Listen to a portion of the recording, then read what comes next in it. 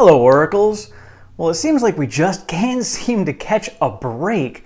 Looking at the market this morning, we were green for most of the day. It was looking very positive, very happy. We had gotten some news over the weekend that President Biden spoke to the Saudis about releasing some more oil.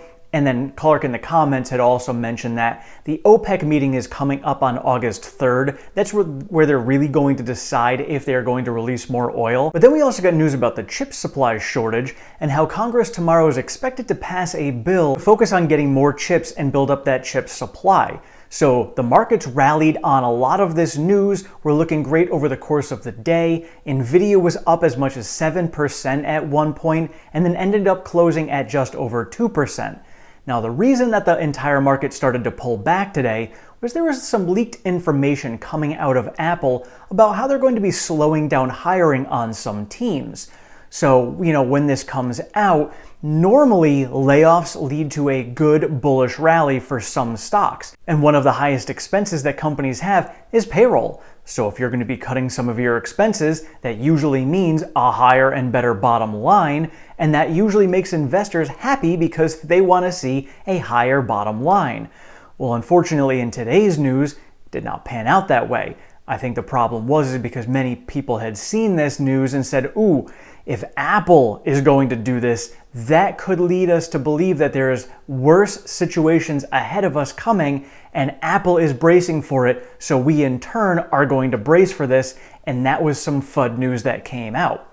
Now, me personally, I think this is a good sign for the future because right now the Fed is just wrestling with the fact that there's a lot of job openings that are out there. And so because we have so many job openings out there, if people are going to start getting laid off or there's less hiring going on, that means that there are going to be less job openings, and people who are getting laid off can then go fill those job openings that are currently out there. So this is going to kind of benefit the entire Fed decision as to what we are going to do going forward. So a 100 basis point hike might actually get taken off of the table. So if we end up coming back down to a 75 basis point hike, that could lead the markets to rally a little bit. But again, at the time that this is happening, we've got a lot of other information that's coming out. We've got the GDP data coming out, which could indicate that we are in a recession already. We've got earnings coming out, which could potentially point to an earnings recession. And with Apple coming out with the news today, that kind of solidifies some people's thoughts of, well, if Apple is doing it, maybe they are anticipating an earnings recession coming. Now you have to remember, over the last 2 years, for a lot of manufacturers that are out there, because the supply shortage was so heavy, a lot of people were hiring like crazy just to get caught up. Now they're starting to get caught up, and if a lot of the sales are starting to come down for retail, that means that demand is coming down. And if demand is coming down, that means that we don't need as much supply. If we don't need as much supply out there, those companies who are manufacturing that supply don't need as much labor. So that labor will end up getting cut down as well. It's just the natural balancing of things. It really stinks for the people who are going to get laid off in these situations, but for the entire world and the economy altogether, this is a necessary balance that has to happen in order for us to regain our footing and then start to build ourselves back up again. Now, in the process of the way we traded today, I had mentioned before that we could potentially see some massive swings in both directions over the next 2 weeks. I didn't think we were going to see some big swings in one day, but that's just the kind of market that we are in. You get some good news. We don't have anybody from the Fed speaking at all this week, so it should be relatively quiet on that aspect. But we have earnings starting. We've got Tesla earnings coming up on Wednesday, so we're going to be heavily paying attention to that. I will most likely be doing a live stream for that if you guys want to hop on and watch. So I'm getting out of work early that day so I can get on there and focus on it. And I will put out a video over the next couple of days with all of my predictions and forecast for the earnings. But Tesla today held up better than the entire market.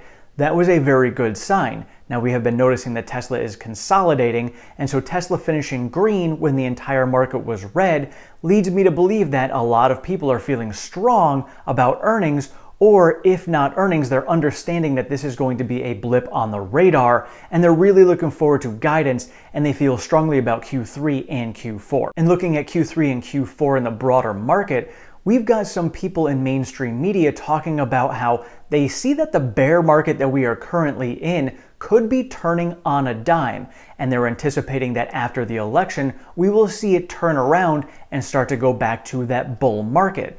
Now, how strongly we'll go into it, I truly don't know, because you got to remember the Fed is still going to be raising rates at that point. They are still going to be running off their balance sheet. But if the market has priced in all of that all along the way, you remember that the market also looks 6 months in advance. So if by November the market anticipates that the Fed is going to be basically done raising rates and running off the majority of their balance sheet within the 6 months after November, that could lead us to that bull market run starting again. And now my thoughts and timing are if we have not already hit the bottom, we will hit the bottom by September, and at that point we will start the turnaround.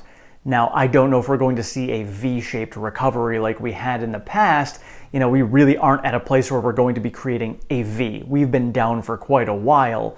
But I think when we do recover, we're probably going to see the same pattern in recovery as we saw as we fell. So it's going to be a rocky road, but we will be making that trend back up versus that rocky road trend down. And quite honestly, I think the next probably 2 weeks to a month are going to be the definite signal to let us know whether we have hit the bottom or if we have a further bottom left to go.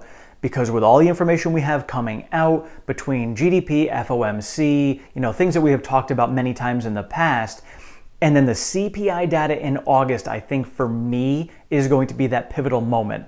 If we see that inflation has inflected down, especially if we get the OPEC news coming out on August 3rd about them releasing more oil, that could be that solid indicator that we are going to see inflation pulling down. Then the Fed does not need to go as aggressive with rate hikes, and we can start to ease ourselves out of this. That's just my thoughts, but I'm really looking forward to that August 10th CPI data. And thank you, Clark, for pointing out the OPEC meeting on August 3rd, because that is also going to be a pivotal moment. Let me know your thoughts in the comments below. Do you think that the Apple slowdown of hiring is a good thing, or do you think it is a bad thing? What signs do you think that it is going to point to in the future for both near-term and long-term consequences of this? Do you think it's bullish? Do you think it's bearish?